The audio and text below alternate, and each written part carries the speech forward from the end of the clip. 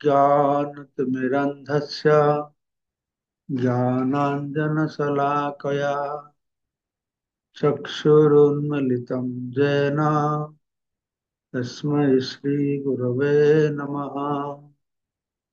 श्रीचैतन्यमनोभीष्टं स्थापितं येन भूतले स्वयं रूपकदा मह्यं ददाति स्वपदान्तिकम्। वन्देऽहं श्रीगुरुश्रीयुतपदकमलं श्रीगुरून् वैष्णवांश्च श्रीरूपं साग्रजातं सहगण रघुनाथान्वितं तं सजीवं साद्वैतं सावधूतं परिजनसहितं कृष्णचैतन्यदेवं श्रीराधाकृष्णपादान् सहगण ललिता श्रीविशाखान्वितांश्च वाञ्छाकल्पतरुभ्यश्च कृपासिन्धुभ्येव च पतितानां पावनेभ्यो वैष्णवेभ्यो नमो नमः। आजानुलम्बितभुजौ कनकावदातौ सङ्कीर्तनैकपितरौ कमलायताक्षौ विश्वम्भरौ द्विजवरौ जुगधर्मपालौ वन्दे जगत्प्रियकरौ करुणावतारौ शिरोदतनिजगुप्तवीतं सुप्रेमनामामृतमत्तुतारम् आपामरजगुदतारं गौरकृष्णजनभ्य तमहं प्रपद्ये। आनन्दलीलामय विग्रहाय हेमावदिव्यसविसुन्दराय तस्मै महाप्रेमरसप्रदाय चैतन्यचन्द्राय नमो नमस्ते। जय श्री कृष्ण चैतन्य प्रभु नित्यानंद श्री अद्वैत गदाधर श्रीवासादि श्री गौर भक्त वृंद। हरे कृष्ण कृष्ण कृष्ण हरे हरे, हरे राम राम राम हरे हरे। मुखं करोति वाचालं पंगुलं गिरिं यत्कृपा तमहं वन्दे परमानन्दमाधवं श्रीगुरुदिनतारिणं श्रीचैतन्य ईश्वरं। नमः विष्णुपादाय कृष्णपृष्ठाय भूतले শ্রীমতে জয় পতাকা সম্মানিত নামনে। আচ্ছা, আমাকে একজন কাউকে বলে দিতে হবে যে কত নম্বর শ্লোক আমরা ছেড়েছিলাম। মনে হয় কোনটা তাৎপর্য পড়তে পড়তে আমরা শেষ করেছিলাম মনে হয়। হরে কৃষ্ণ মহারাজ, 41 নম্বর শ্লোক। 41 নম্বর শ্লোকে ওই যে ভারতবাসীরা যদি বৈদিক তত্ত্ব দর্শনের শিক্ষা লাভ করে তাহলে প্রথম তারা প্রথম এটি হ্যাঁ, কেবল প্রথম। ভারত। এটি না, প্রথম লাইনটা বলুন, সে প্যারাগ্রাফের প্রথম লাইনটা কি? তাহলে তাহলে এখান থেকে শুরু হবে, বর্তমানে কৃষ্ণ ভাবনার বা ভগবত চেতনার অভাবে সমস্ত জগৎ অন্ধকারাচ্ছন্ন হয়ে পড়েছে। এখান থেকে শুরু হবে, তার আগে পর্যন্ত হয়েছে। ঠিক আছে। তো এই শ্লোকটি ভারত ভূমিতে হইল মনুষ্য জন্ম যার, জন্ম সার্থক কর, ধর্ম সার্থক করি কর পৌকার। হুম। তো সেই সময় আমার প্রভুপাদ তাৎপর্য পাঠ করে শ্রবণ করছিলাম।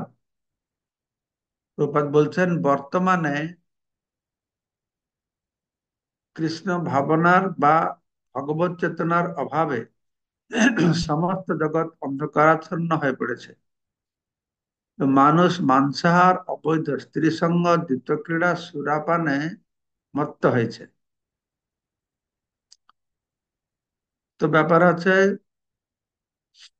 এই যে মাংসাহার, অবৈধ নারী সঙ্গ, দ্বৈত ক্রীড়া, মদ্যপান ইত্যাদি, এইটা যে শুধু আজকে হচ্ছে তা নয়, এ সব সময় রয়েছে, সব যুগে যুগে রয়েছে, তাই না? কিন্তু পার্থক্যটা কি আছে? পার্থক্যটা আছে অন্য যুগে কারা কারা করবে নির্দিষ্ট ছিল, তারা করত। তো কিন্তু এখনই আর যারা করত তারাদেরকে সেই স্তরের বলে সমাজে গণ্য করা হতো। হুম। তো কিন্তু এখনই আস্তে আস্তে দেখা আছে এই সমাজের এই প্রভাবটা সবার উপর বিস্তার লাভ করছে। আর শুধু বিস্তার লাভ নয়, এইটাকে একটা আভিজাত্য জীবনযাপন বলে মানুষরা মনে করছে। কেননা পাশ্চাত্য দেশে এগুলো শুধু চলে। তো পাশ্চাত্য দেশে যেটা করে এটা মানুষ বলে করে ভালো। তো এমনি তো মানুষ ইন্দ্রিয় ভোগের প্রতি আগ্রহী আছে, আর সেটা যদি আদর্শ হয়ে উঠে সমাজে, তাহলে অবস্থা খুব খারাপ। সেই জন্য এটার কারণ কি, না কৃষ্ণ ভাবনা বা চেতনার অভাব। সেজন্য প্রভুপাদ দেখুন খুব স্ট্রিক্ট করে, কোনো কম্প্রোমাইজ করে না। মাংসাহার, অবৈধ স্ত্রী সঙ্গ, দ্বিতীয় ক্রীড়া সুরবার বন্ধ করতেই হবে। আমাদের মানে পাশ্চাত্য দেশেও প্রভুপাদ প্রতিষ্ঠা করলেন। আমেরিকা যেখানে এই চারটাই জীবন, এই চারটে ভেতরে যে মানুষ বাঁচতে পারে, এই ব্যাপারটা জানেই না। আমাদের দেশে প্রচার করা সাহস করতে পারে না এই চারটা নিয়ম মানুষকে বলে তাদের অনুগামী তৈরি করবে। তাই তারা বলে তোমরা যা ইচ্ছা তা করো, হরিনাম করো, বা আমার কাছে দীক্ষা নাও, বা যা কিছু এরকম বলে। তাদের মধ্যে কেউ কেউ গুরুদেব রয়েছেন, তারা সব নিয়ম পালন করে, কিন্তু তাদের অনুগামীদের নিয়ম পালন করতে কড়াকড়ি নেই। কেউ কেউ আছে গুরুরা নিয়ম পালন করে না, অনুগামীরাও করে না। কেউ কেউ আছে কয়েকটা পারে কয়েকটা করে না, বিভিন্ন রকমের আছে না। কিন্তু প্রভুপাদ এই চারটে নিয়ম উপরে কোনো কম্প্রোমাইজই করে না। এটা একটা দুঃসাহসিক কাজ প্রভুপাত করেছে। সে আবার কোথায়, আমেরিকায়, চায়নাতে, জাপানে কি করে সাহস করে লোকেদের বলবে। কিন্তু প্রভুপাদ শুদ্ধতা সততার দরুন দেখুন আজকে সেই পাশ্চাত্য দেশের মানুষ, যাদের জীবনটাই হচ্ছে মাংসাহার, অবৈধ স্ত্রী সঙ্গ, দ্বিতীয় ক্রীড়া, মদ্যপান, তারা সেগুলো পরিত্যাগ করে কৃষ্ণ চেতনা ভাবনাকে গ্রহণ করেছেন। মানে প্রভুপাদ, শিল প্রভুপাদ এটা জ্বলন্ত দৃষ্টান্ত স্থাপন করে দেখেছেন। হ্যাঁ, যে কৃষ্ণ ভাবনামৃতের মধ্যে এইরকম চমৎকারিতা রয়েছে যে সমস্ত ভৌতিক সুখকে বাদ দিয়ে মানুষ হ্যাঁ কৃষ্ণ ভাবনায় আনন্দ পেতে পারে, তাই না? এটা চমৎকার, প্রভুপাদের চমৎকার দেখিয়েছে। তো কয়েকজন প্রভুপাদকে জিজ্ঞাসা করলো, স্বামীজি, আপনাদের ভারত থেকে অনেক যোগীরা আসে, আসে বহু চমৎকার দেখায়, বিভিন্ন ওরা শুনেছে ভারতের যোগীরা চমৎকার, সাই বাবা থেকে শুরু করে বিভিন্ন লোকদের কাছে শুনেছে। তো বলছে আপনি সেরকম তো কোনো চমৎকার দেখাচ্ছেন না, আপনি আপনার কি চমৎকার? তো প্রভুপাদ তখন, তখন তো আমাদের ইস্কনে শুধু বিদেশি সাদা ভক্ত ছিল, কোনো ইন্ডিয়ান ছিল না। বিদেশি পুরা ঘর ভর্তি, সব আমেরিকান ছেলেমেয়েরা বৈষ্ণব তিলক পরে ধুতি পরে একদম বসে আছে। তো প্রভুপাদ তাদেরকে দেখিয়ে বলছেন সে লোকটাকে, এইটা হচ্ছে আমার এরা হচ্ছে আমার চমৎকার। এ থেকে আর বড় চমৎকার কি হতে পারে? হ্যাঁ, এরা কি ছিল, এখন কি আছে। তো এই চারটে নিয়ম পালন করে ভক্তি জীবন থাকা একটা বিরাট চমৎকার, যেটাকে আমাদের প্রচারকেরা পূর্বে মনে করতো না মানুষ সপ্ত নীতি নিয়ম পালন করে ভগবত ভক্তি লাইনে আসতে পারবে না, যা আছে তা করো, তোমার হরিনাম করো, সহজে একটা পন্থা তারা করেছিল। প্রভুপাদ স্ট্রিক্ট হয়েও আমরা দেখতে পাচ্ছি আজকে হাজার হাজার মানুষ ইসকনের সঙ্গে জুড়ছে না। বাংলাদেশে হাজার হাজার ভক্ত, সেখানে প্রচুর সহজাদের দল। তা সত্ত্বেও মানে বাংলাদেশি মানুষ, বাঙালিরা যে মাছ ছেড়ে থাকবে, আমেরিকার লোক মাছ মাছ ছাড়তে পারে, কিন্তু বাঙালি ছাড়বে না। গুরু মহারাজ বললেন যে বাঙালির রক্তে রক্তে কৃষ্ণ ভক্তি আছে, ওদেরকে কৃষ্ণ ভক্তি শিখাতে হবে না, তারা এমনি কৃষ্ণ ভক্ত, শুধু মাছটা ছাড়াতে পারলে হয়। হ্যাঁ, সেটাই সমস্যা। কিন্তু প্রভুপাদ কৃপাতে আজকে হাজার হাজার হ্যাঁ বাঙালি লোক, বাংলাদেশের মানুষ, তারা চারটে নিয়ম পালন করে কৃষ্ণ ভক্তি জীবন যাপন করছে।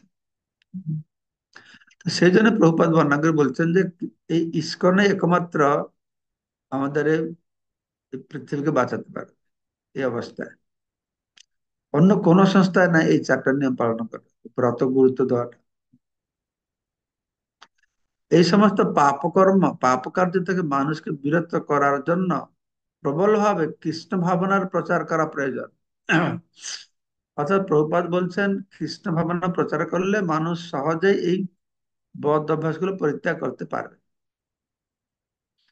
আমার বলছেন যে তোমরা এই চারটি নিয়ম পালন করো তারপরে কৃষ্ণ ভাবনার সঙ্গে যুক্ত হও, তা নয়। কথা যে কৃষ্ণ ভাবনার সঙ্গে যুক্ত হলেই তোমার এই সমস্ত খারাপ কর্ম থেকে বিরত থাকতে পারবে। হাজার হাজার পাশ্চাত্য দেশের ভক্ত আমরা দেখছি সারা জীবন ধরে কিভাবে আহ, এই চারটে নিয়ম পালন করে আছে। এখন রাশিয়াতে, চায়নাতে হাজার হাজার মানুষ। এটা একটা সাধারণ জিনিস না, এই জন্য আমি বলি যে প্রভুপাদের দয়া করা বিচার, বিচার করলে চিত্তে পাবে চমৎকার। এটা চমৎকার ব্যাপার একটা, তাই না? তো এই সমস্ত পাপকর কার্য থেকে মানুষকে বিরত করার জন্য প্রবলভাবে কৃষ্ণ ভাবনার প্রচার করা প্রয়োজন। তার ফলে জগতে শান্তি সমৃদ্ধি প্রতিষ্ঠা হবে। চোর, বদমাস, লম্পটদের সংখ্যা আপনা থেকে কমে যাবে। তো সমস্ত মানব সমাজ ভগবত চেতনা উদ্ভূত হবে। এই যে প্রভুপাদ একটা স্টেটমেন্ট দিচ্ছেন, ভগবত চেতনায় উদ্বুদ্ধ হবে, এটা বাদ দাও, ওটা লোকেরা বেশি রিলেট করতে পারবে না। কিন্তু এই নিয়ম পালন করলে যে চোর, বদমাস, লম্পটদের সংখ্যাটা কমবে, এইটাতে মানে যে কেউ লোক বুঝতে পারবে। এই চোর, বদমাস, লম্পট যা হচ্ছে সাধারণ মানুষ থেকে শুরু করে বড় বড় রাজনৈতিক নেতাদের মধ্যে দেখা যাচ্ছে কিছু কিছু। এই সব গন্ডগোল হচ্ছে এই চারটা জিনিস। অবৈধ নারী সংখ্যা আছে, মঞ্চাহার আছে, জুয়া, সুরা, এগুলি। আর এগুলি জীবনের লক্ষ্য হয়ে গেছে মানুষের এখন। তো প্রভুপাদ, হ্যাঁ, সেই জন্য বলছেন আমরা যে শান্তি আর সমৃদ্ধি, অনেক দেশে সমৃদ্ধি আছে কিন্তু শান্তি নেই। কিন্তু না, শান্তি আর সমৃদ্ধি দুটো হতে পারে। কখন হবে? শান্তি হবে চোর, বদমাস, লম্পটদের থাকলে শান্তি হবে? হ্যাঁ। তো প্রভুপাদ সেই রকম একটা পৃথিবী তৈরি করতে প্রভুপাদের বাসনা ছিল। তো কৃষ্ণ ভাবামৃতের মাধ্যমে এটি সম্ভব হবে। সারা পৃথিবীতে কৃষ্ণ ভাবামৃত আন্দোলনের প্রচারের ফলে আর সব চাইতে অধপতিত লম্পটেরাও সব চাইতে উচ্চ স্তরের মহাত্মায় পরিণত হয়েছে। এটা আমরা চোখে দেখতে পাচ্ছি। পাশের দেশে মানুষ, আমি যে জানি, একজন মহারাজ আমার সঙ্গে ছিলেন, আমার দেখাশোনা করতেন। উনি আগে বড় ডাকু ছিল বলছে, আমি ডাকাত ছিলাম। এই ইটালি থেকে, ইটালিতে মাফিয়া, ডাকাত মাফিয়া, মাফিয়া গ্রুপের নেতা ছিল। এর অনেক ভক্ত আমাকে বলেছে তারা কি কি যে পূর্ব জীবনে করতো। হ্যাঁ, অদ্ভুত অদ্ভুত কাণ্ড ওরা করতো। দেখুন আজকে একদম সুন্দর পরম ভক্ত তারা। হ্যাঁ, কি সুন্দর চমৎকার। এই জন্য আমি বলি না, ভগবানের কথা শুনলে ভগবানের প্রতি যা ভক্তি হবে না, ভগবানের ভক্তের কথা শুনলে ভগবানের প্রতি ভক্তি আর বেশি বাড়বে। এই হচ্ছে তার প্রমাণ। হ্যাঁ, এটা দিয়ে আমাদের আর দৃঢ় বিশ্বাস হচ্ছে না, আমরা প্র্যাকটিক্যাল দেখছি। আমাদের পুরাণে তো কোন কল্পের কথা, কোন ব্রহ্মাণ্ডের কথা বলা হয়েছে, কবেকার কথা বলা হয়েছে। তো এখন তো আমরা দেখছিস একদম হুবহু হাতে দেখছি কি সুন্দর অবস্থা। হ্যাঁ, তো কিভাবে মানুষ জীবনে পরিবর্তন হয়েছে। উপাদ বলছেন এটা, যে সবচাইতে অধপতিত ব্যক্তি আজকে মহাত্মায় পরিণত হয়েছে। এটি কেবল একজন ভারতীয় ক্ষুদ্র, এটি কেবল একজন একজন ভারতীয়ের ক্ষুদ্র সেবার ফল। শ্রী প্রভুপাদ নিজের নাম বর্ণনা করে বলছে না। হ্যাঁ, তো তিনি বলছেন আমি শুনেছি কোথায় যে প্রভুপাদ বলেছেন আমি একজন ভারতীয় যদি সারা পৃথিবীতে খ্রিস্ট ভাবনা প্রচারকে পরিবর্তন আনতে পারি, প্রতিটি ভারতীয় যদি এরকম করে, তাহলে সারা পৃথিবীকে বৈকুণ্ঠ বানাতে বেশি সময় লাগবে না। কত সুন্দর কথা প্রভুপাদ বলছেন। তো আজ যদি সমস্ত ভাই, তো এইখানে বলেছে। হ্যাঁ, এটি কেবল একজন ভারতীয়ের ক্ষুদ্র সেবার ফল। আর যদি সমস্ত ভারতবাসী শ্রী চৈতন্য মহাপ্রভুর নির্দেশ অনুসারে এই দায়িত্বভার গ্রহণ করে, তাহলে ভারতবর্ষ সারা পৃথিবীর এক মহা উপকার সাধন করবে। তার ফলে ভারতবর্ষ মহিমান্বিত হবে। প্রভুপাদ নিজের নাম না করে বলেছেন কেবল একজন ভারতের ক্ষুদ্র সেবা, দৈন্য ভাব প্রকাশ করে বলছেন। অর্থ বলছে ভারত প্রভুপাদের ক্ষুদ্র প্রচেষ্টায় কত বড় হয়েছে, তো সারা ভারতবাসীদের তিনি আহ্বান করছেন। হম মহাপ্রভু তো বলে গিয়েছেন ভারত হতে মনুষ্য জন্ম হলো যার, সারা ভারতবাসীকে মহাপ্রভু দায়িত্ব দিচ্ছেন। তো প্রভুপাদ তুলে তুলে ধরেছেন আমি একজন ভারতবাসী, হ্যাঁ, যা করলাম, প্রতিটা ভারতবাসী যদি মহাপ্রভুর নির্দেশকে গ্রহণ করে, তাহলে পৃথিবীর তো মহা উপকার হবে। আর ভারতের মহিমা সারা বিশ্ব প্রচারিত। ভারতের মহিমা এবার হচ্ছে, ভারত তো পৃথিবীকে কি দেবে? টাকা দেবে? ভারত কাছে টাকা আছে? টেকনোলজি দেবে? টেকনোলজি আছে? সবকিছু তো আমরা পাশ্চাত্য দেশের উপর নির্ভর করি। কিন্তু ভারতের একটা সম্পদ আছে, এই আধ্যাত্মিক সম্পদ, যেটা কি সারা পৃথিবীকে দিতে পারে। ভারত যদি মহিমান্বিত হতে চায়, যেরকম আমাদের প্রধানমন্ত্রী এই যোগটা ইন্ট্রোডিউস করেছেন, সারা পৃথিবীতে লোকেরা জেনে গেছে ভারত মানে যোগের দেশ। যোগ এমনি পৃথিবী জানে ভারতের যে মহিমা, সারা পৃথিবীর লোক জানে। যোগ তপস্যা ভগবত চেতনা, কিন্তু আস্তে আস্তে আমরা দেখতে পাচ্ছি এগুলো সব মানুষের অন্য রাস্তায় চলে আছে। সেটাকে ধরে রাখতে হলে আমাদের প্রচুর ব্যাপক প্রচার করতে হবে না। তার সমস্ত পৃথিবীর কাছে ভারত এক দরিদ্রগ্রস্ত অনাহার ক্লিষ্ট দেশ বলে পরিচিত। পাঁচ দেশে এরকম প্রচার করা হয় ভারতের মানুষরা খেতে পায় না, বিভিন্ন রকমের ফটো ভিডিও পাঠিয়ে ভারতকে সবসময় নিকৃষ্ট করে রাখতে চায় তারা। আজ আমেরিকা বা অন্যান্য ঐশ্বর্যশালী দেশের লোকেরা যখন ভারতবর্ষে যায়, তারা দেখে যে বহু মানুষ ফুটপাতে শুয়ে আছে, তাদের দুবেলা দুমুঠো অন্নেরও সংস্থান নেই।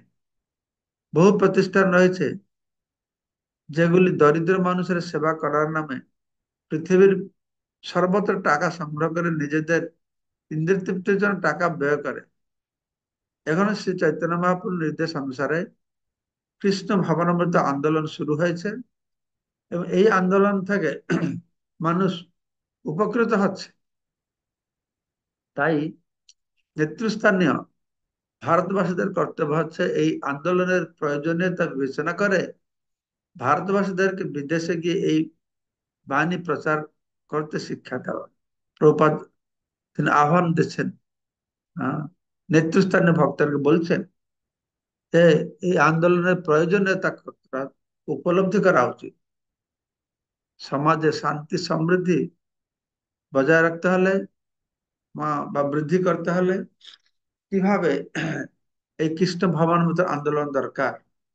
আর প্রভুপাদ এটা বলছেন যে ভারতবাসীদেরকে বিদেশে গিয়ে বাণী প্রচার করতে শিক্ষা দেওয়া উচিত। হ্যাঁ, আর ভারতবাসীদের বিদেশে যেতে হবে। তো প্রভুপাদ গিয়েছিলেন, এখন অনেক ভারতের ভক্তরা বিদেশে যাচ্ছে, তারা প্রচার করছে, সেটা খুব ভালো। তো অনেক ভক্ত আবার যাচ্ছে, তারা প্রচার করতে গিয়ে সেখানে কেউ ট্যাক্সি চালাচ্ছে, কেউ পেট্রোল পাম্পে কাজ করছে, কেউ দোকানে বসে গেছে। কিন্তু আমি দেখেছি যে আমাদের ভক্তরা যে বিদেশে যাচ্ছে, বেঙ্গল থেকে বাংলাদেশ থেকে, তারা ওখানে গিয়ে জীবিকা নির্বাহ করলে থাকলেও তার সবাই প্রচার করছে। হম, কেউ তো মঠ মন্দির থেকে ঠাকুর বিগ্রহ সেবা করছে, কেউ তো রান্না করছে, কেউ তাদের নিজের বিজনেস করে, কিন্তু সব ভক্তি লাইনে আছে দেখছি। ভক্তি লাইনে শুধু আছে তা নয়, আর প্রচারও করছে। এই যারা একদিকে ভক্তি লাইনে এসে গেছে, তারা পৃথিবীর আমার এইটাই বিশ্বাস এখন, যারা পৃথিবীর যেই প্রান্তে যাক না কেন, যেই কাজ করুক না কেন, যারা প্রভুপাদের আনুগত্য লাভ করেছে তারা যেখানে যায় প্রচার করে। এখনো তো আমি যাচ্ছি, আমেরিকা যাচ্ছি, ইউরোপে যাচ্ছি, যেখানে যাই সেখানে আমাদের বাঙালি ভক্ত। হ্যাঁ, আমাকে তো কে একটা ভক্ত বলছিল যে আমাদের জয়প্রতাপ মহারাজ যদি এরকম দীক্ষা না দিতেন, তাহলে পৃথিবীর অনেক মন্দিরে ঠাকুর সেবা পূজা বন্ধ হয়ে যেত। হ্যাঁ, বহু মন্দিরে গুরু মহারাজের, আমাদের এই ভারত বা বেঙ্গলের ভক্তরা গিয়ে পূজারি কাজ করে, তারা বলছে জয়প্রতাপ মহারাজ অত লোক দীক্ষা দিয়েছে বলে হ্যাঁ এইসব পূজা সেবা চলছে, নাহলে তো অনেক মন্দির পূজা সেবাই বন্ধ হয়ে যেত। তো সেটাই বলছি যে প্রভুপাদের শিক্ষায় যারা শিক্ষিত হয়েছে, তাহলে যেখানে যেভাবে থাকুক না কেন সবাই প্রচার করছে। বিভিন্ন তারা প্রচার করছে, প্রসার হচ্ছে, তারা কি কমিউনিটি তৈরি করছে। এইভাবে কি হচ্ছে, জিনিসটা কি হচ্ছে, যে আমেরিকায় হোক বা ইউরোপ হোক, আমাদের ভক্তরা গিয়ে সেখানে হয়তো এয়ারপোর্টে কাজ করে, পেট্রোল কাজ করে, কিন্তু লোকেরা দেখছে। হ্যাঁ, কারণ এরা তো সাধারণ মানুষের সাথে মিশছে না। হ্যাঁ, তো আমাদের কালচারটা মানুষের কাছে পৌঁছবে, এটা একটা আর একটা আলাদা রূপ নিয়ে পাশ্চাত্য দেশে এর প্রচার প্রসার হবে আমাদের ভক্তের মাধ্যমে। তো যাই হোক, এখানে সেটা বলা হচ্ছে হুম, যে প্রভুপাদ বলছেন যে ভারতবাসীদেরকে বিদেশে গিয়ে এই বাণী প্রচার করতে শিক্ষা দেওয়া উচিত। পৃথিবীর বিভিন্ন দেশের মানুষ এটি গ্রহণ করবে, করবে, করছে।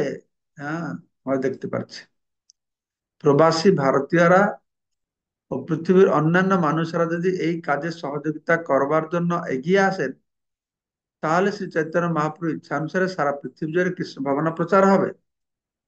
আমাদের ভারতের বহু মানুষ এখন বিদেশে গিয়ে থাকছে, কিন্তু বিদেশে গিয়ে থাকলে কি হবে, তার জন্ম সার্থক করি করা পৌর উপকার। তাদের জন্মকে সার্থক করতে হবে, তাদের সনাতন ধর্মের শিক্ষাকে গ্রহণ করতে হবে। তবে তো আমাদের ভারতবর্ষের যখন বিদেশে যাবে, তাদের মাধ্যমে সনাতন ধর্মের শিক্ষা সংস্কৃতি প্রচার হবে।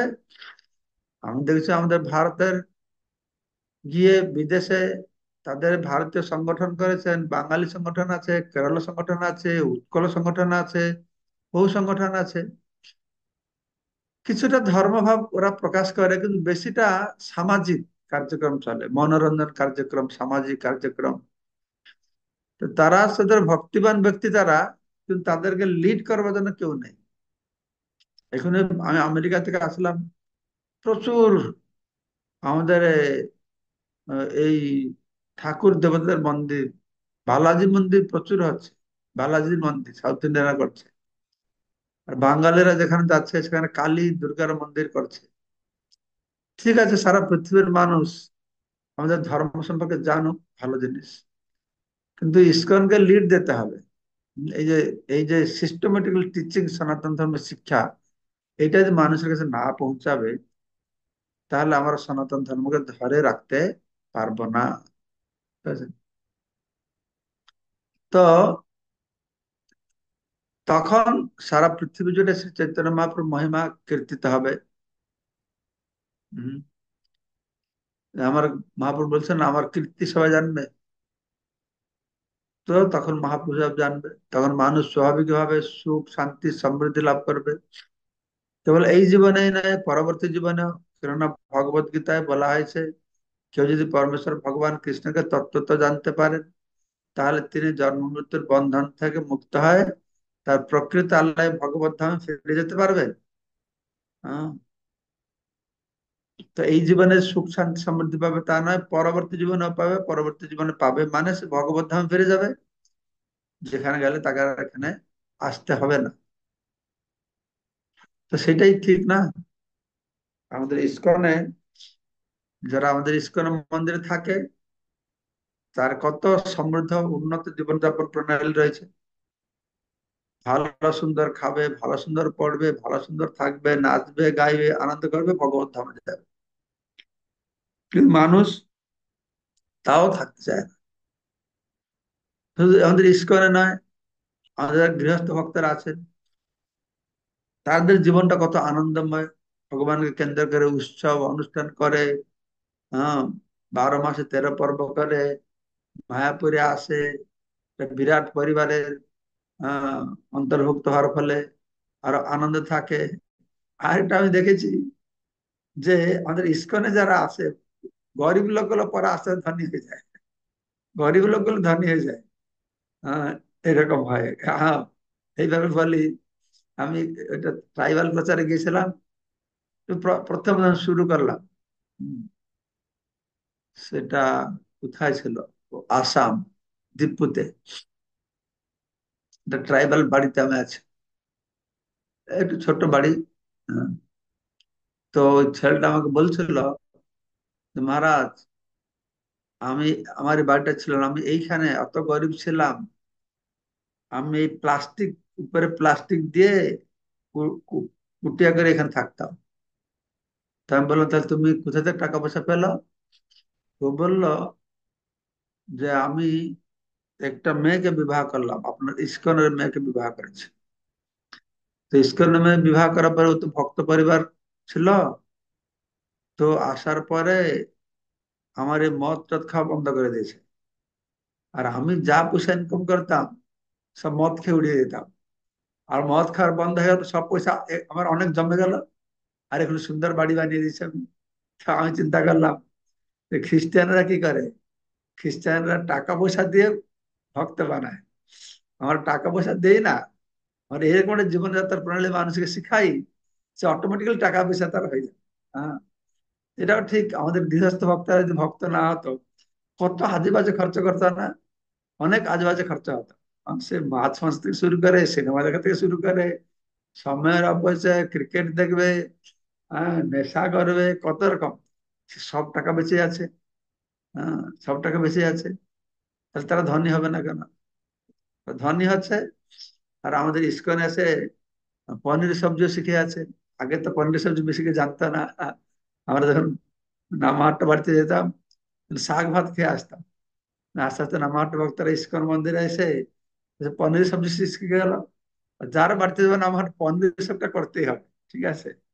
আর এখন একটা নতুন হিড়িক পড়েছে কি, এখানে যে পাস্তা খেয়ে যাচ্ছে, তো মহারাজার সাথে পাস্তা দেবো, পাস্তা, সে পাস্তা খাওয়া শুরু করে দিয়েছে। তো এইভাবে হ্যাঁ, ট্রাইবাল এরিয়াতে একই অবস্থা হয়েছে। ট্রাইবাল যখন প্রথমে প্রথমে আমরা যেতাম, শাক টাক, জঙ্গলের শাক টাক দিত, বাঁশ কেটে বাঁশের সবজি বানিয়ে দিত। আর এখন মায়াপুরে আসছে, মায়াপুরে এসে শিখে আছে। তো এইভাবে আমি দেখছি খ্রিস্ট ভাবনামৃত। সেই জন্য যে প্রভুপাদ লিখেছেন না, স্বাভাবিক ভাবে এখন মানুষ স্বাভাবিক ভাবে সুখ শান্তি সমৃদ্ধি লাভ করে, এটা বাস্তবিকতা। সুখ পাবে, শান্তি পাবে, সমৃদ্ধি পাবে। হ্যাঁ, আর অবশ্যই এইভাবে সুন্দরভাবে জীবনযাপন করে আনন্দে কালাতিপাত করবে, আর শেষে নিশ্চিন্তে আহ শরীর ত্যাগ করে ভগবত ধাম যাবে। আর যেখানে গেলে তৎকর্তা না নিবর্তন্তে তদ্ধামম পরমম। শ্রী চৈতন্য মহাপ্রভুর, প্রভু প্রতিটি ভারতবাসীর কাছে তে অনুরোধ করেছেন তার বাণী প্রচার করতে। ভারত ভূমিতে মনুষ্য জন্ম হইলে যায়, তারা যেন তার বাণী প্রচার করে, তারা যেন জগৎকে বিপজ্জনক ও বিভ্রান্ত থেকে উদ্ধার করে। সারা জগৎ বিভ্রান্ত, অধর্মকে নিয়ে বিভ্রান্ত নয়, অধর্মকে নিয়ে সবাই ঠিক জানে অধর্ম কোনটা, অধর্মটা বিভ্রান্তি করে না, কারণ অধর্মটা সুস্পষ্ট কোনটা অধর্ম, বিভ্রান্ত করে ধর্মটা বিভ্রান্ত করে। সেজন্য বলা হচ্ছে পৃথিবীতে ধর্ম নামে যত কিছু চলে, ভাগবতে কহে সব পরিপূর্ণ চলে। সারা বিশ্বতে ধর্মের নামে সব বদমাস। অধর্ম তো আমরা বুঝতে পারছি এটা অধর্ম, মানুষ জানে অধর্ম কোনটা। এমনি মাছ খায়, মাংস খায়, নেশা করে, জুয়া খেলে, করলেও লোক একটু ওটা জানে আগে, তার তো আমরা পড়েছি, ভারতে আটলি জানে যেটা করা ভালো না, তাই লুকিয়ে লুকিয়ে খায় নাকি। আমাদের কেউ যদি পুরুষ মদ খেয়ে আসবে, ও জানে যে মদ খেয়ে গেলে বাড়িতে বউ আমাকে লাথি মারবে, তো কি করবে, বাড়ি গেলে যেন মদের গন্ধটা না আসে, লং খেয়ে আসবে, গন্ধটা না আসে, ভয় আছে, এটা ভালো জিনিস নয়, তাই না, মদ খাওয়াটা। কিন্তু পাশ্চাত্য দেশে কি এইরকম, তারা তো বউ বাচ্চা সবাইকে নিয়ে আহ প্রতিটা খাবার থেকে মদ না হলে খাওয়া হবে না। কতটা পার্থক্য আমাদের ভারতীয় সংস্কৃতি আর পাশ্চাত্য সংস্কৃতির মধ্যে, বিরাট পার্থক্য। আমি ট্রাইবাল এরিয়াতে যাই, ট্রাইবালরা পর্যন্ত, আমি একটা গ্রামে গেছি, ওই গ্রামের যে মুখিয়া, তাকে ডাকতে গেছে ভক্তরা, তো বলছে না না, আমি এখন মদ খেয়েছি, আমি এখন মহারাজের সামনে যেতে পারবো না। দেখুন, ও ট্রাইবাল মানুষ হলো, সে বুঝতে পারছে রে ভদ্রামি, যে মদ খেয়েছি মহারাজের কাছে যেতে পারবো না, আর জানে মুক্তে গন্ধ বেরোয়। তো এই যে জিনিসটা, এটা ভারতে, মানে ভারতে এখনো রয়েছে, বৈদিক সনাতন ধর্মের গন্ধটা এখনো রয়েছে, তাই না? সেটাকে জাগ্রত করতে হবে।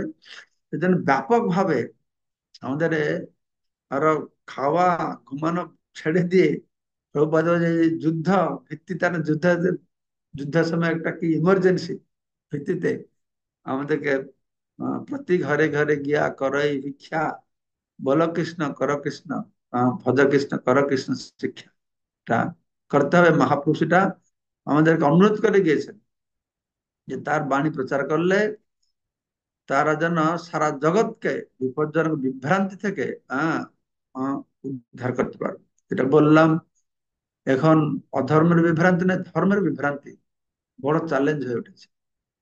তো এটি কেবল ভারতবাসীদের কর্তব্য নয়, এটি সকলেরই কর্তব্য, সকলেরই কর্তব্য। আজ আমেরিকান ইউরোপিয়ান ছেলেমেয়েরা যে আন্তরিকভাবে এই আন্দোলনকে সহযোগিতা করছে, সেজন্য আমরা অত্যন্ত আনন্দিত হয়েছে। প্রভুপাদ সময় প্রভুপাদ লিখেছেন, তখন হয়তো তারা সহযোগিতা করছিল, এখন তো তারা সহযোগিতা নাই, তারা তো লিড করছে। হ্যাঁ, তারা লিড করছে, তারা বিশ্বতে আমাদের সনাতন ধর্ম, তারা ভারত আমরা বসে আছি, আমরা শুয়ে আছি, আর আমাদের ধর্ম তারা নিয়ে সারা জগতের দরবারে লিড করছে। সেজন্য প্রভুপাদ বলছেন যে আপন ধন বিলায় দিয়ে পরের দ্বারে ভিক্ষা চায়। এটা যে ভারতবাসীদের অবস্থা, নিজের ধন বৈদিক জ্ঞানকে আহ, আমার বাদ দিয়ে পরে তার ভিক্ষা চাইছি, টেকনোলজি দাও, বিজ্ঞান দাও, এ দাও সে দাও। হ্যাঁ, তার আমাদের এই সম্পদ নিয়ে আজকে আমেরিকান ইউরোপের মানুষ, তারা মহান মহাপুরুষ হচ্ছেন, আর সারা বিশ্বতে এই সনাতন ধর্মকে তারা তুলে ধরছে। কত সুন্দর জিনিস। তো মানুষকে জানতে হবে যে মানব সমাজের সবচেয়ে বড় উপকার হচ্ছে মানুষের ভগবত চেতনা বা কৃষ্ণ চেতনার বিকাশ করা। কিন্তু দুর্ভাগ্যবশত লোকেরা তো মানুষের ভগবত চেতনা কৃষ্ণ চেতনা বিকাশ করার কর্তব্য, কিন্তু কৃষ্ণ চেতনা বিকাশ করার পরিবর্তে আমরা তো সবাইকে যদি মানুষই ভগবান, তাহলে ভগবত চেতনা হবে কি? সে তো নিজেই ভগবান। আহ, তাহলে কি হবে অবস্থা? তাহলে কি উপকার কি করে হবে? ভণ্ড ভগবান থেকে শুরু করে সবাইকে ভগবান করার একটা প্রবণতা সমাজে খুব।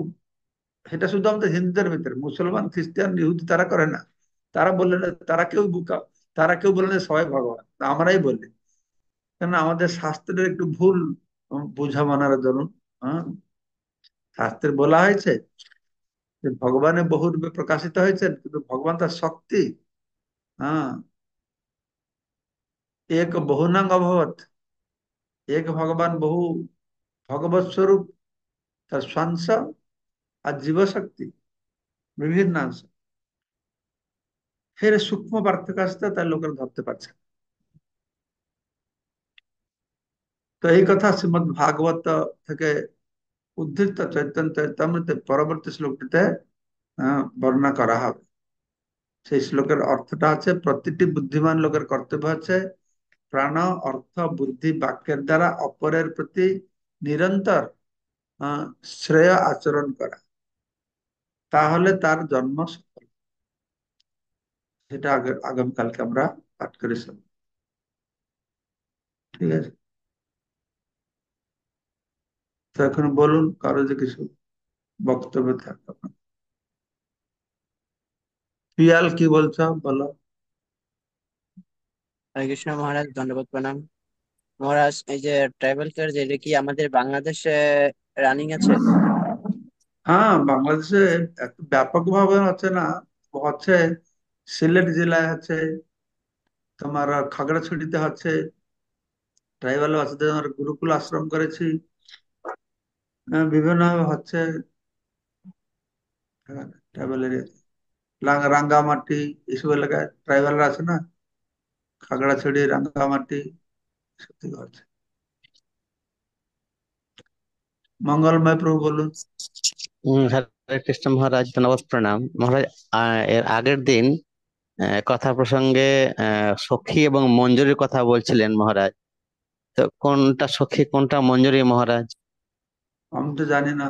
হ্যাঁ, মন্দিরা যারা সখীকে সাহায্য করে তারা মন্দিরই, কিন্তু এশিয়া একটা বিরাট ব্যাপার আছে, অনেক জিনিস আছে সেই ব্যাপার, তত্ত্ব তত্ত্ব আমি জানি না গভীর, কিন্তু আমি এই মানে সখী রাধারানীকে সাহায্য করে, আর যারা সখীদেরকে সাহায্য করে তারা মন্দির, এটা শুনেছি, এমনি শুনেছি ভক্তের মধ্যে, আর ডিটেল আমরা জানি না।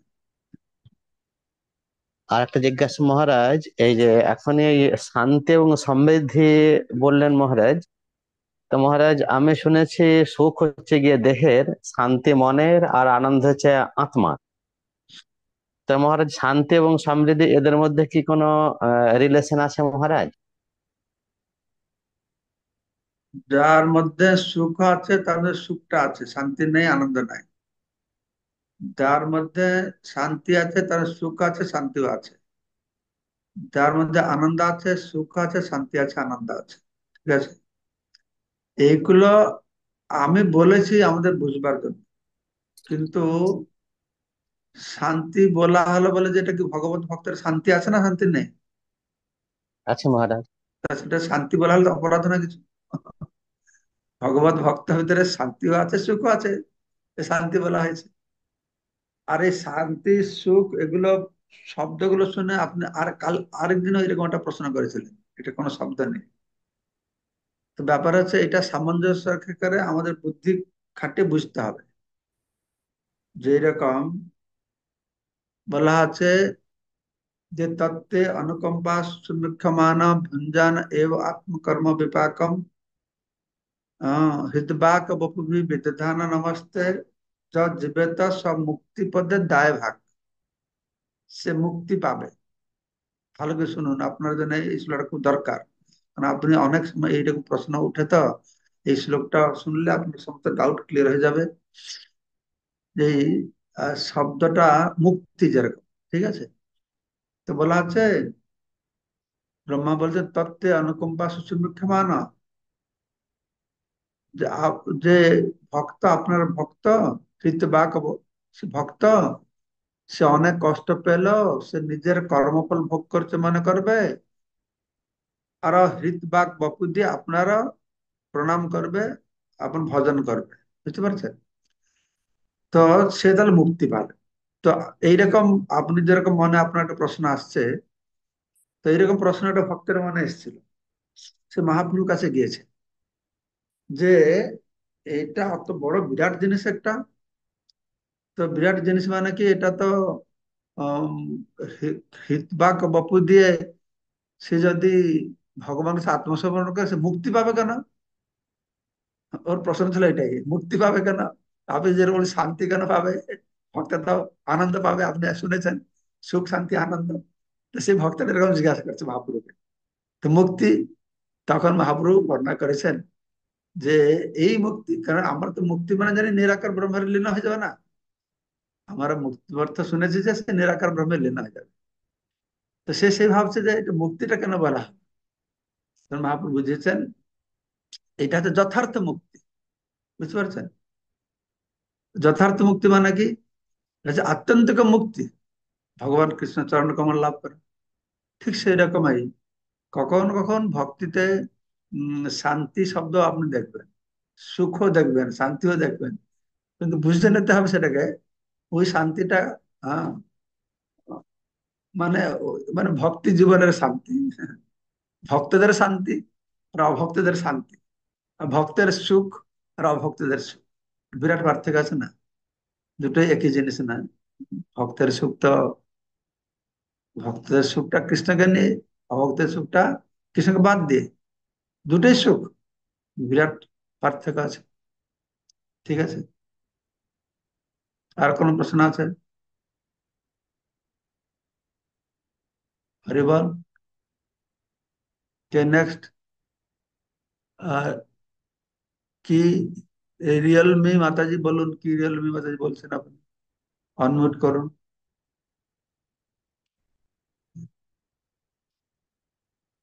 মাতাজি মনে হয় আনমিউট করতে পারে না মহারাজ। তাহলে তো রোজ হাত উঠায় কেন? জন্ম তো জানে না। কার ও, থেকে শিখাও মাতাজি, বুঝতে পারছেন? কিরকম অনমিউট করে শিখে তারপরে আসবেন। তারপরে বলুন গৌর গোপাল করুণা প্রভু বলুন। গৌর हरे গোপাল। कृष्ण। ধন্যবাদ প্রণাম মহারাজ, আপনার সূচনা। আর মহারাজ, ধন্যবাদ। আমি আলাইন থেকে বলছিলাম। তো আমার তো অনেক সৌভাগ্য যে আপনাকে আমি সরাসরি দর্শন করতে পেরেছি, কিন্তু আপনার সাথে কথা বলতে পারি নাই। এতই এতই আপনি আপনার যখন প্রশ্ন কি করুন, প্রশ্ন বলুন, কি প্রশ্ন? প্রশ্নটা মহারাজ, এই যে আপনি বললেন না যে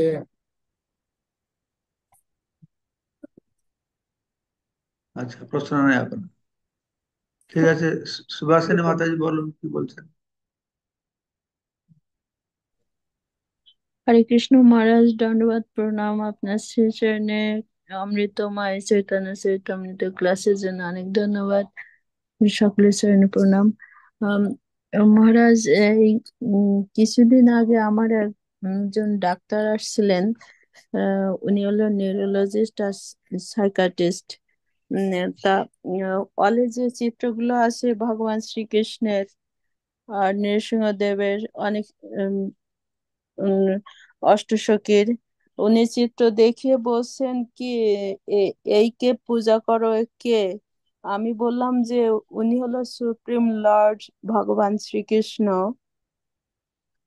তারপরে বলছেন, আমি বললাম ওনার শক্তি, তারপরে রাধা রানীর যে শক্তির কথা সব ডিসক্রিপশন করলে, বর্ণনা করার পরে উনি তাড়াতাড়ি বলছেন যে এই নৃসিংহ দেব যে চিত্রকে দেখে বললেন, ইনি আবার কে?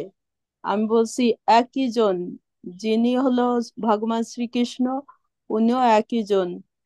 তুমি যেমন এসেছো এখানে, তুমি আমার ডাক্তার, আর তুমি যখন বাড়ি ফিরে যাবা তখন তোমার ছেলের কাছে তুমি ফাদার। এনারাও ওই রকম, ভগবান শ্রীকৃষ্ণ আর নৃসিংহদেব একই জন। তা উনি বলছেন, হ্যাঁ আমি আন্ডারস্ট্যান্ড করতে পারছি। আমি বললাম যে সব তোমার পার্ষদ বর্গ নিয়ে এখানে এসেছো আমাকে দেখতে, তোমার এই সভা, আমাদের এই সবার মধ্যে ভগবান বসে আছেন, এই শ্রীকৃষ্ণ উনি বসে আছেন। তারপরে আমার জন্য তুমি কেন এত লোক পাঠাও? আমি বলছি যে আমি তো সাফার হচ্ছি, সেটা হলো আমার পূর্বজন্মের কর্মফলের জন্য। এই যা কিছু ঘটেছে সব হলো, এটা একটা মাধ্যম মাত্র। মাতাজি প্রশ্নটা কি, প্রশ্নটা বলেন, বলে এত সব। তা ও লাস্টে শেষে বলছে যে আহ, আমাকে এই নামটা দাও, আমি স্টাডি করব, তুমি ঠিক পথে আসো, ভালো আছো। কে তোমাকে শিখাইছে? আমি বললাম আমার গডফাদার, আমার এরকম গুরু ভাইরা আমাকে শিখেছে যে আমরা আত্মা, আমরা দেহ না, আমরা মরি না। সবকিছু বললে উনি খুব স্যাটিসফাইড হয়ে বলছেন যে আমি স্টাডি করব। তারপরে আমি দিয়েছি নামগুলো। আমি কি ঠিক বলেছি মহারাজ? না, ঠিক বলেন। আপনাকে জিজ্ঞাসা কে শিখিয়েছে, আপনি বলছেন আমাদের গড ফাদার, মানে গড ব্রাদার শিখেছেন। আপনি বললে শাস্ত্র থেকে শিখেছেন। কেননা গড ফাদার গড ব্রাদার কেউ মন থেকে বলে না। পরে যদি কাউকে কিছু বলবেন বলে এটা বেদিক লিটারেচার, বেদিক স্ক্রিপচার্স, তাই না? আসলে আমরা যা কিছু আলোচনা করি আমরা বলি না, এটা শাস্ত্র বলে। শাস্ত্র ভিত্তিতেই সবাইকে বুঝাবে, তখন সেটা ঠিক হবে, তাই না? মহারাজ, শাস্ত্রের কথাও বলেছি, আমি শাস্ত্র হ্যাঁ। থেকে জানছি ওনাদের মাধ্যমে। আর এইরকম শাস্ত্র আছে, আমি বুকগুলো দিতে চাইছিলাম ওনার কাছে, তা বলছে আমি তোমার কাছ থেকে নিব না, তুমি আমার পেশেন্ট, আমি তোমার কাছ থেকে বুক নেব না, আমি অন্যভাবে নিব, তাই বললেন। আপনি বলতেন যে আমি তো ম্যাটেরিয়াল পেশেন্ট, তুমি তো স্পিরিচুয়ালি তুমি পেশেন্ট, আমি তোমার ডাক্তার। হ্যাঁ, বল না আমি রোগের মেডিসিন জানি না, তুমি তো রোগী। তোমার রোগ কি? আমি রোগে কষ্ট পাই, তুমি রোগে কষ্ট পাও, জন্ম মৃত্যু জরাবাদি ভুগছ, তুমি ভবরোগে ভুগছ, তাই আমি তোমার ডাক্তার। তো ও হাসতে হবে বা গ্রহণ করতে হয়তো। ঠিক হ্যাঁ আছে, তাহলে বলেছি। সবাইকে অশেষ ধন্যবাদ আজকে অনুষ্ঠান যোগদান করবার জন্য। বাঞ্ছা কল্পতরুভ্যশ্চ কৃপা সিন্ধুভ্যেব চ पतितानां पावनेभ्यो वैष्णवेभ्यो नमो नमः। जय जय श्री प्रभुपाद की जय। পতিতানাং পাবনেভ্যো বৈষ্ণবেভ্যো নমো নমো, জয় শ্রী প্রভুপাদ কি জয়।